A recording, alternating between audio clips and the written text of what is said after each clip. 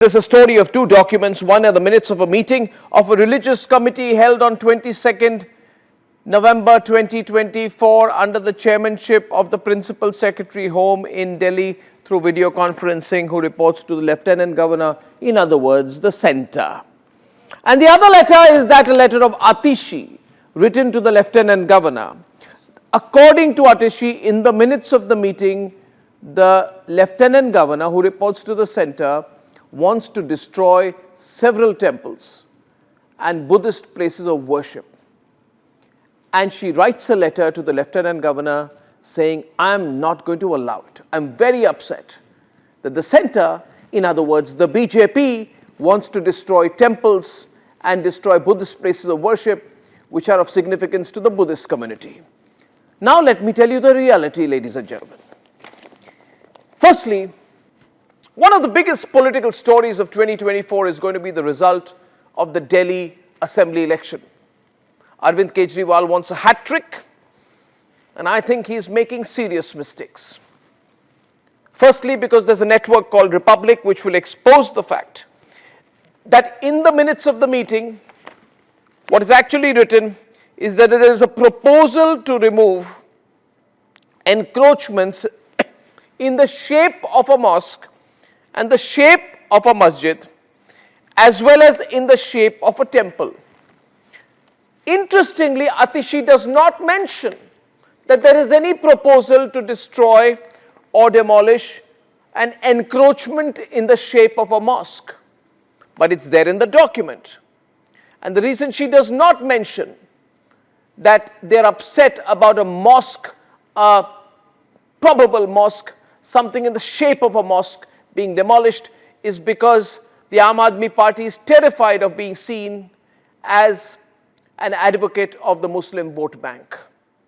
They realize the Muslim vote bank in Delhi is going to go with the Congress largely, and so they are fighting with the BJP for the Hindu vote bank. Hence, they are trying to provoke Hindus by saying, look here, a party you thought is the greatest proponent of your interests is going to go around destroying mosques. And in doing so, the AAP has made a strategic mistake.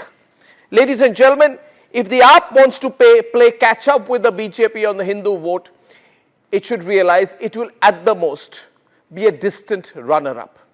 The AAP is not talking about the issues which brought the AAP into existence for the first time.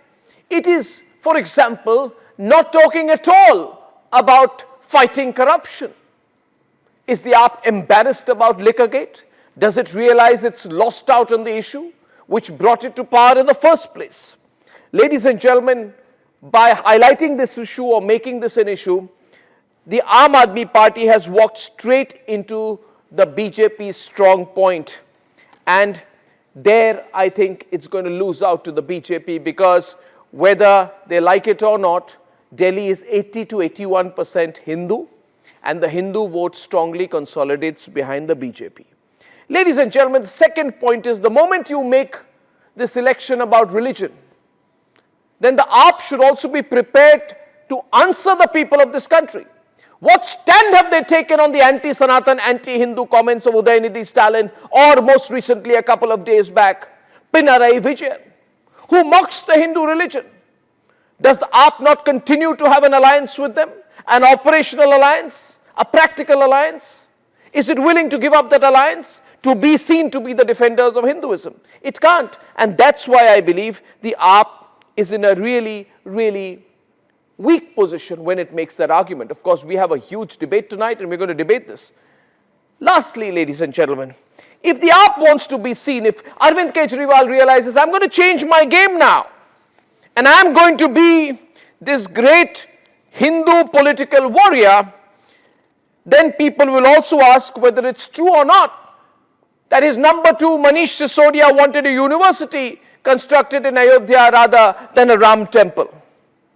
Then Arvind Kejriwal himself had said, mocking the BJP in 2021, that they say mandir wahi banayenge, but tarikh nahi batayenge. Ladies and gentlemen, a party that was promising and not even delivering 18,000 rupees a month for every Muslim imam is now trying to turn itself into a pro-Hindu party. And my advice to Arvind Kejriwal is this: That's an area where you will be under question, where at the most you will be a poor runner-up. Now, Arvind, is that where you want to land up this time?